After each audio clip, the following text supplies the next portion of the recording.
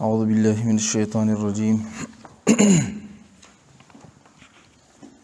اللهم صل على محمد وعلى آل محمد كما صليت على إبراهيم وعلى آل إبراهيم إنك حميد مجيد. اللهم بارك على محمد وعلى آل محمد كما باركت على إبراهيم وعلى آل إبراهيم إنك حميد مجيد. رب اشرح لي صدري ويسر لي أمري واحلل عقدة من لساني يفقهوا قولي. ربي زدنا علما ربي زدنا علما ربي زدنا علما. اتم لمعه د را په قاعدو کې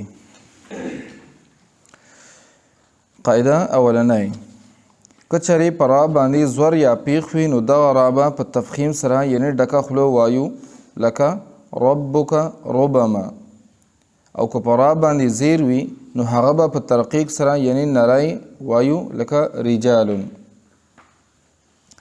اوس ګوره تاسو ته ما مخکې ویلو زموږ یو المیه دا ده چې موږ خلک د قرآن د زده کړې دپاره صرف ترجمې باندې اکتفا کوو. هلکه وایي مولیانو خواته مزه سړي له مازغه ګډوډوي، مازغه ګډوډوي نه، ستا د غلط اسلام تصحیح کوي، اصلاح کوي او تا نه صحیح مسلمان جوړوي. دې ځای کې زما یو خبر را یاده شوه. اوس یو سړي ته تفخیم او ترقیق معلوم نه دی او هغه راشي وایي چې بس ما جمال القرآن ما ټول لوستلې، ما ته ټولې قاعدې یادې دي. قاعدې دې یادې کړي دي خو د هغې تا اجرا کړي ده که نه ده کړې، الفاظ دې برابر کړي دي که نه دي کړي، تلفظ دې برابر دی که نه دی برابر، د هغې به څنګه پته لګي. اوس دې ځای کې دغه ته وویلی شي مثال په طور دې اولنۍ قاعدې ته وګوره. که چېرې په را باندې زور یا پیښ وي نو دغه را به په تفخیم سره یعنې په ډکه خوله وایو. اوس هغه ته ډکه خوله څه پته ده؟ تاسو ته تر اوسه پته وړ؟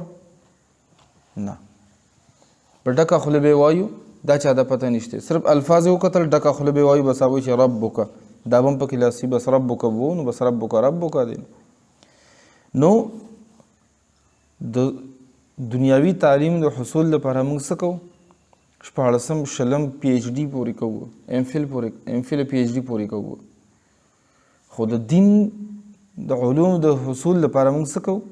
هلکه وایي بس قرآن مجید ترجمه وګوره بس کافر دی الله، ستاسو خواته مزه. حالانکه ډېر خلک داسې دي چې په دې باندې الله ګمراه کړي دي چې په خپله ترجمه ګوري د خپل ذهن نه د هغې معنا او مطلب او مقصد اخلي که نه، هغه خدای پاک ګمراه کړي دي. ډېر خلک داسې دي او ځان ته غټ غټ عالمان وایي، هغې خدای پاک په دې باندې ګمراه کړله.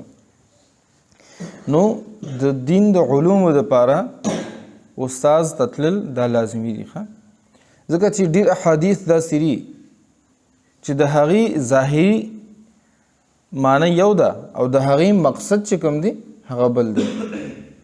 پوه شوې؟ نو ظاهري معنی باندې به نه ځو.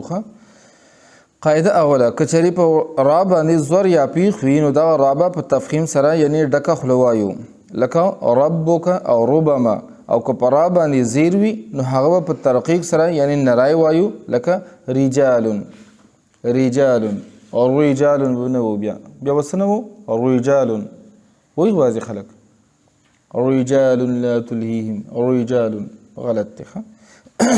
ربک ربما. او بله خبره دا ده په دې تجوید کې ګوره زور زیاتې نشته په وینا کې.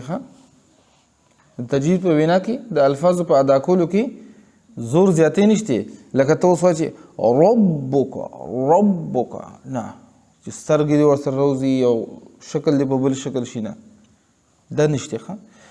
تجوید چې د کله زده کړه ته به بلکل مطمئن ناستې او ستا الفاظ به برابر ادا کېږي. اوس یو سړی ځان نه متقاري جوړوي نو اوس ربک ربک، دا دې ته هغه زبردستی په ځان باندې یو مشکل راوستل دي. آسان دی ربک رب العالمین الحمد لله رب العالمین. څه مشکل پکې شته ماته؟ نه، ډېر سهولت سره ادا کېږي. نو دغه شانتي ربک او ربما ووایئ تاسو. ربک را پر کوي، را ربک را پر کوي. او دغه شانتي ترقیق سره بیا رجال رجال چې متقارن عربي چې رجال ښه دا رجال غلط دی ښه رجال تنبیه دا اوس یو قاعده شو تاسو ته اولنۍ قاعده سره چې په را باندې زور یا پیښ راغی نو دا به په ډکه خوله ویل کېږي تفخیم سره او چې زیر راغی دا به باریکه ویل کېږي دا یو قاعده شوه دویمه تنبیه یو په دې کې تنبیه ورکړې ده را مشدده هم یو را ده پس په خپله به د هغې د حرکت اعتبار کوئ او هغه به ډکه یا نری وایو لکه سرن را به ډکه وایو او دریون را به نری وایو لکه سرن کې را باندې دو زبر دی که نه دو زور دی که نه دغه دو زورو په وجه باندې به دا هم د زور په قاعدو کې راځي لکه چې څنګه مونږ ربک ووي نو دا به هم سرن را په ډکه خوله ویل کېږي او دغه شانتي دریون تقریر څه ته وایي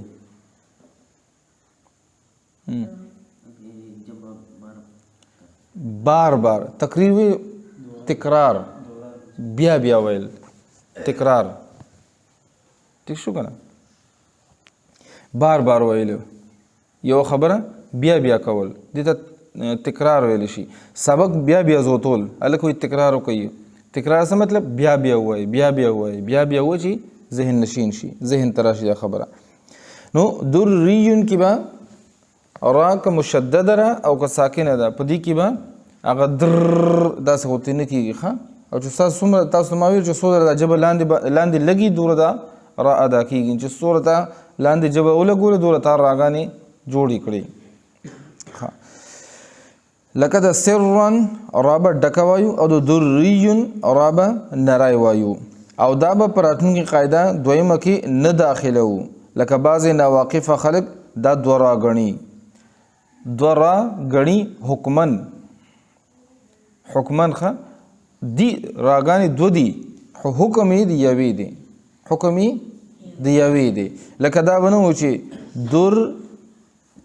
دریون نه ولې چې مخکې ته زور راغلی نو هغه به مونږ پر وایو که نه نو دغه قاعده کې به دا نه شامله وښه یا به داسې و چې سرن نه سرن دواړه را به پور ویل کېږي نو دا حکمن دی ښه حکمن دا یو را ده ښه او دا به په راتلونکې قاعده نمبر دویمه کې نه داخله وو لکه بعضې ناواقفه خلک دا دوه را ګڼي لومړنۍ ساکنه او دویمه متحرکه دا غلطي ده اوس قاعده دویمه سره زمونږ اوله قاعده سره د را چې را باندې زور یا پیښ وي دا به پر وي او چې زیر وي نو دا به باریکه وي او را ساکنه وي یا را مشدده وي نو هغې نه مخکې به ګورو بیا نه که را مشدده وي نو هغې خپل حرکت ته به کتی شي که زور او دو زوره یا دو پیښه وي نو خو دا به پر ویل کېږي او که زیر وي دا به باریک ویل کېږي دا به هم په دغه قاعده کې شامل وي ښه اوس قاعده دویمه سره او که چېرې را ساکنه وي نو د هغې نه مخکې والا حرف ته وګورئ اوس د را متحرکي بیان تاسو وشو قاعده بیان شوه چې را باندې زور زیر پیښ وي نو هغه به څه وي پور به وي خو که چېرې را ساکنه وي نو بیا به څه را ساکنه وي بیا هغې نه به مخکې حرکت ته کتی شي که زور او پیښ وي نو خو ډکه په خوله باندې را او که زیر وي نو بیا په باریکه باندې را صحیح ده که نه یا به د را خپل حرکت ته کتی شي یا به د هغې نه مخکې حرکت ته کتی شي ورسېدي په خبره که په هغې نه مخکې والا حرف ته وګورئ چې په هغې باندې څه حرکت دی که چېرې زور یا پیښ وي نو دغه را به په ډکه خوله وایو لکه برقن او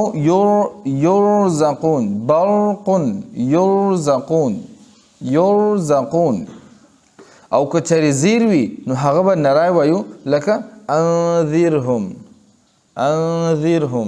څنګه انذرهم دا را به باریکه ویل کېږي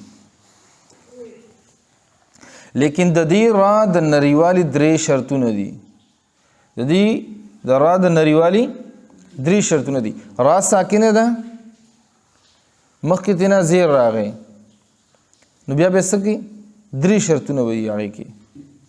را ساکنه مخکې زیر د دې د پوروالي او د باریکوالي بیا 3 شرطونه دي. که شرطونه اوموندې شو خو پور ده، که ونه موندې شو نو باریکه ده. ٹھیک شو. شرطونه کم دي. شرط یو شرط دا دی چې دغه کسره دی اصلي وي عارضي دی نه وي. کسره دی اصلي وي. اصلي مطلب چې دا په هیڅ حالت کې هم د دې نه جدا کېږي نه. دا کسره په هیڅ حالت کې هم د دې نه جدا کېږي نه. دا اصلي ده. او دیسی ده یا عارضي ده. نو هغه داره چې کله وي او کله نه وي. عارضي مطلب عارضي ده کنه، مستقله نه ده، لازمه نه ده. نو چې کومه کله وي کله نه وي نو بیا به د هغې شرط جدا وي. یو شرط دا دی چې دغه کسره دی اصلي وي عارضي دی نه وي. ولې چې که چرې عارضي وي نو بیا به دغه را نری نه وي. را ساکنه مخکې تېنه زیره نو بیا به ګورو که دا زیر عارضي دی نو را به موږ پر وایو. که زیر عارضي دی نو بیا به څه کوو را به پر وایو. لکه ارجعو ارجعو دې کې دا حمزه چې ده دا حمزه باندې زیر دا عارضي دی. او د دې څنګه پته لګي؟ دا چې کله دو حرفونو سره یو ځای شي نو د دې پته لګي. لکه رب ارجعون، ربي ارجعون دی که نه؟ نو رب ارجعون نو هغه رب هغه ځای کې موږ د حمزې هغه کوم زیر دی هغه موږ ختم کړو. ٹھیک شو. او دا په هغه قاعدو کې راځي چې کله چې کومه قاعده بغیر د استاد د ښودلو هم تاسو زده کړې ده. لکه الذین او ان الذین ورسېدی که نه؟ نو که چېرې د را ساکنه مخکې زیر دا زیر عارضي وي نو را به پر وي. که زیر اصلي وي را به باریکه وي. بیا وګورئ را ساکنه هم ده او د دې نه مخکې حرف یعنی حمزه باندې زیر هم دی، خو چونکې دا زیر عارضي دی په دې وجه دا را به ډکه وایو. چې زیر عارضي دی نو دا به تاسو اله پیژنئ چې دا تاسو عربي ویلی وي. کسر کوم ځای کې عارضي ده کوم ځای اصلي ده هغه تاسو بیا پیژنئ. ښه. لیکن چا چې عربي لوستلی نه وي هغه دا نشي معلومولی. په کسره چې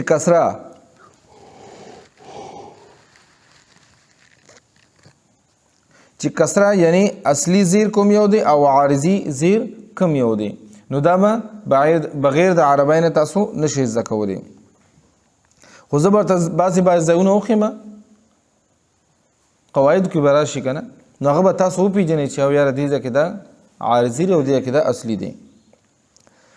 چې کوم ځای مو شبه وي چې عربي لوستي نه تپوس وکړئ او په دې قاعدې باندې عمل کوئ. دا اولنی شرط شو چې را ساکنه ده مخکې تېنه زیر دی نو که زیر اصلي وي نو خو را ساکنه به پر باریکه ویلی کېږي. او که زیر که چېرې زیر عارضي وي نو بیا به را پر وي او که زیر اصلي وي نو بیا به باریکه ویلی کېږي. دا یو شرط شو. دویم شرط دا دی چې دا کسره او دا را دواړه په یوه کلمه کې وي. دا دواړه په یوه کلمه کې وي. که چېرې په 2 کلمو کې وي نو هم به را نری نه وي. لکه رب ارجعوني، ام ارتابو، ام ارتابو دی، ام ارتابو.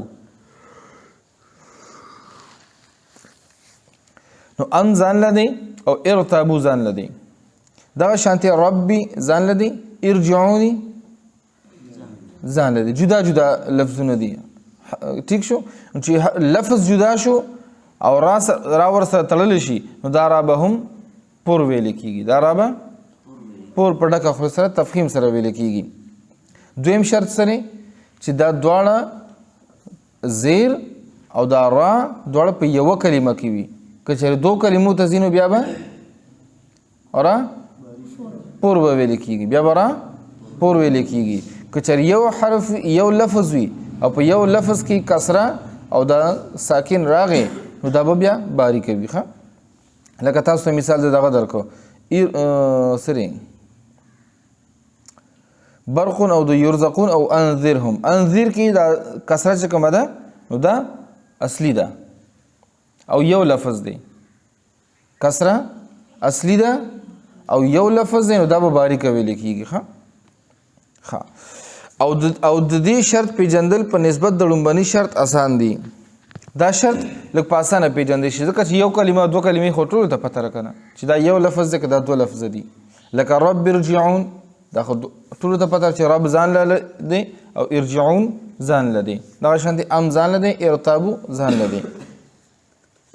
او د دې شرط پیژندل په نسبت د لومبني شرط آسان دي ولې چې د کلمو یو یا دوه کېدل اکثر هر سړی ته معلومیږي. دریم شرط دا دی چې د دغه را نه پس هم په دغه کلمه کې د مستعلیه حرفونو نه څه حرف نه وي. حروف مستعلیه کوم دي؟ پرون ویل شو کنه کوم دي؟ حروف مستعلیه. او د دې صفت بار د څوک بیان کی دي صفت څه دی؟ مستعلیه. دې صفت کې څه کیږي؟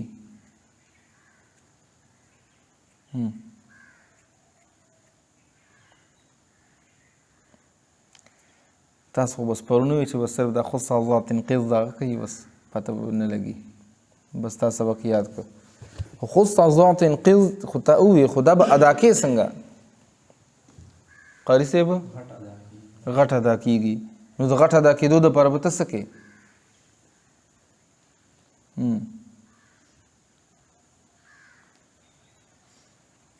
نه درځي کنه زه وګوري کتاب وګوري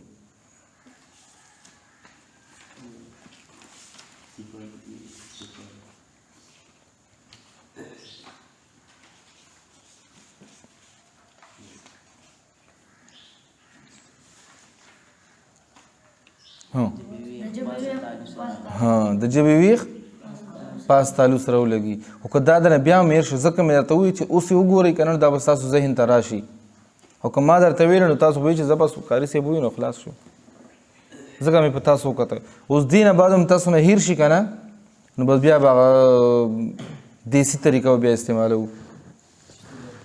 طریقه کله کله دلته کې پرته وي هغه طریقه دلته کې کله کله بیا پرته وي. ښه او حروف مستعلیه کم دي او د دې صفت مطلب سره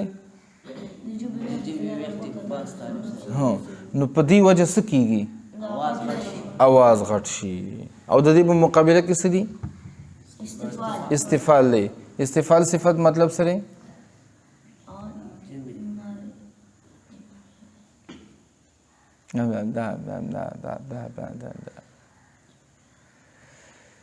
دا ضد د دې ضد دی کنه استفال.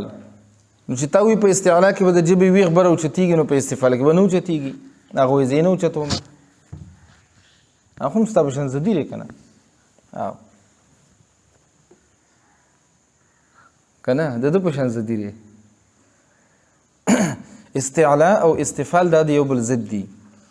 استعلا کې چې د جبې ویغ بره تالو طرف ته اوچتېږي اواز غټېږي نو استفال وایي چې د جبې ویغ به بره تالو طرف ته نه اوچتېږي او اواز به نه غټېږي. دا خو د یو بل ضد دي. اسانه خبره ده که نه. یو وایي زه سیر یم نو بل ورته وایي نه زه خو چټاکی یم. صحیح ده که نه نو هله کار چلیږي که نه بل ورته وایي زه سوا سیر یم نو بیا نه کېږي. دریم شرط دا دی چې د دغه را نه پس هم په دغه کلمه کې د مستعلیه حرفونو نه هلکه ډېر وخت شو چې د کیسه مو پکې نه ده کړې که نه. دریم شرط دا دی چې د دغه را نه پس هم په دغه کلمه کې د مستعلیه حرفونو نه څه حرف نه وي. که چېرې داسې وي نو بیا را به ډکه وایو. که حرف مستعلیه را ساکنه مخکې زیر ورپسې حرف مستعلیه نه یو حرف حروف مستعلیه نه یو حرف راغی نو بیا به څه وي دا را به په ډکه خوله ویلې کېږي. را به په ډکه خوله ویلې کېږي. لکه مثال راته راکئ زه ورپسې او داسې حرفونه څو دي او حروف مستعلیه څو دي؟ اووه دي. او د کومو بیان چې د پنځمې لمعي صفت پنځم کې راغلی دی لکه قرطاس. قرطاس را ساکنه ده. را څه دي؟ مخکې دې څه دي؟ زیر دی. ورپسې څه دي؟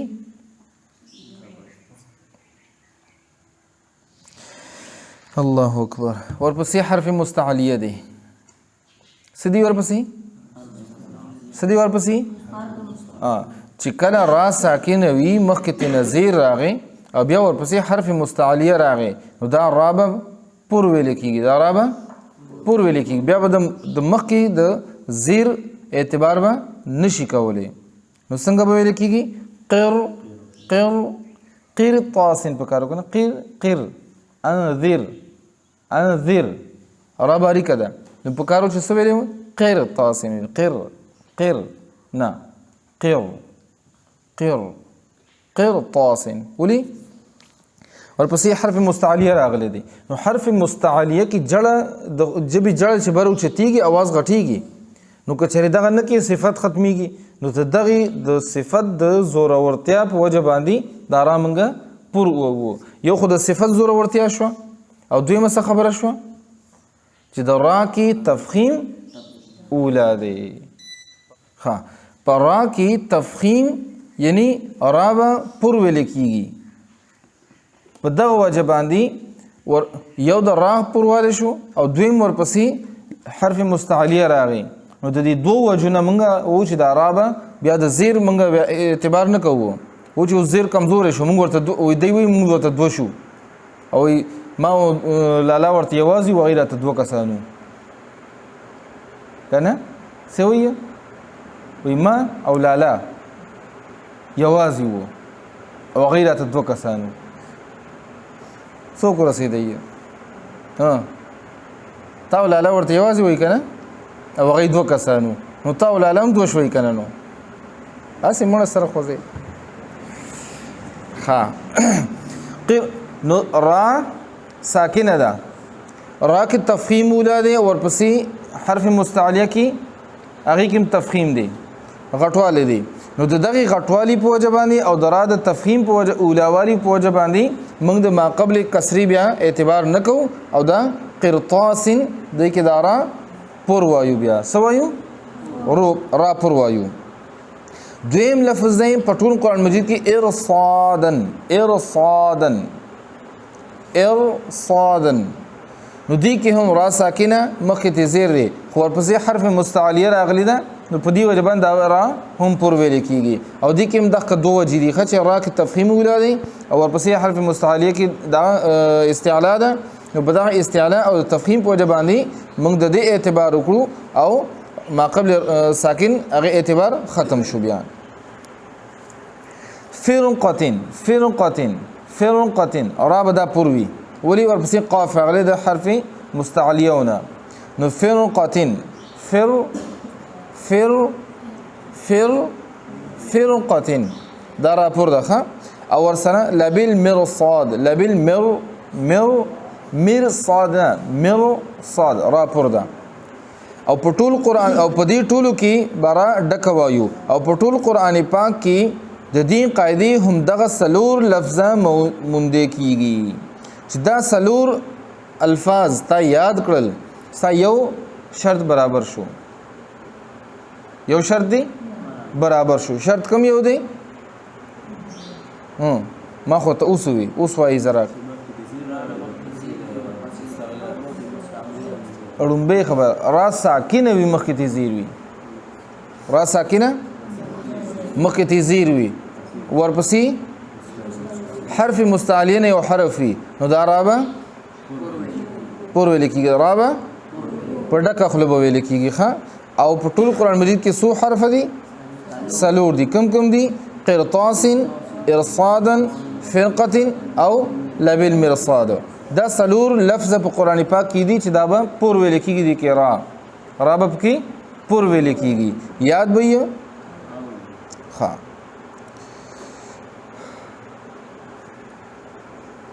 او هسې هم د دې پیژندل آسان دي. د دې پیژندل آسان دي چاته څه مشکل شته پکې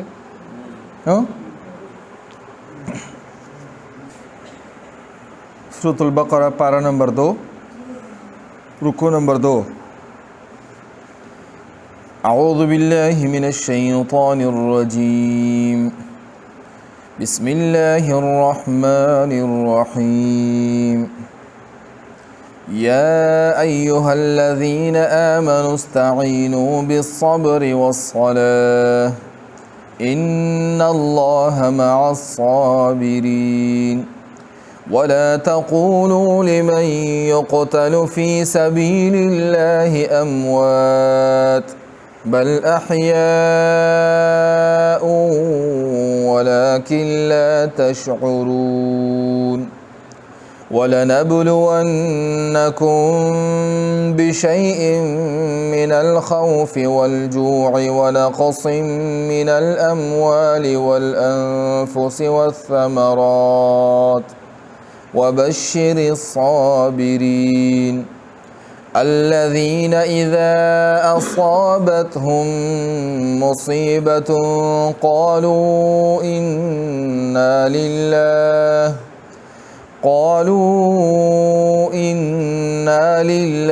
وإنا إليه راجعون أولئك عليهم صلوات من ربهم ورحمة وأولئك هم المهتدون إن الصفا والمروة من شعائر الله فمن حج البيت أو اعتمر فلا جناح عليه أن يطوف بهما ومن تطوع خيرا فإن الله شاكر عليم إن الذين يكتمون ما أنزلنا من البينات والهدى من بعد ما بيناه للناس في الكتاب أولئك يلعنهم الله ويلعنهم اللاعنون إلا الذين تابوا وأصلحوا وبينوا فأولئك أتوب عليهم وأنا التواب الرحيم إن الذين كفروا وماتوا وهم كفار أولئك عليهم لعنة الله والملائكة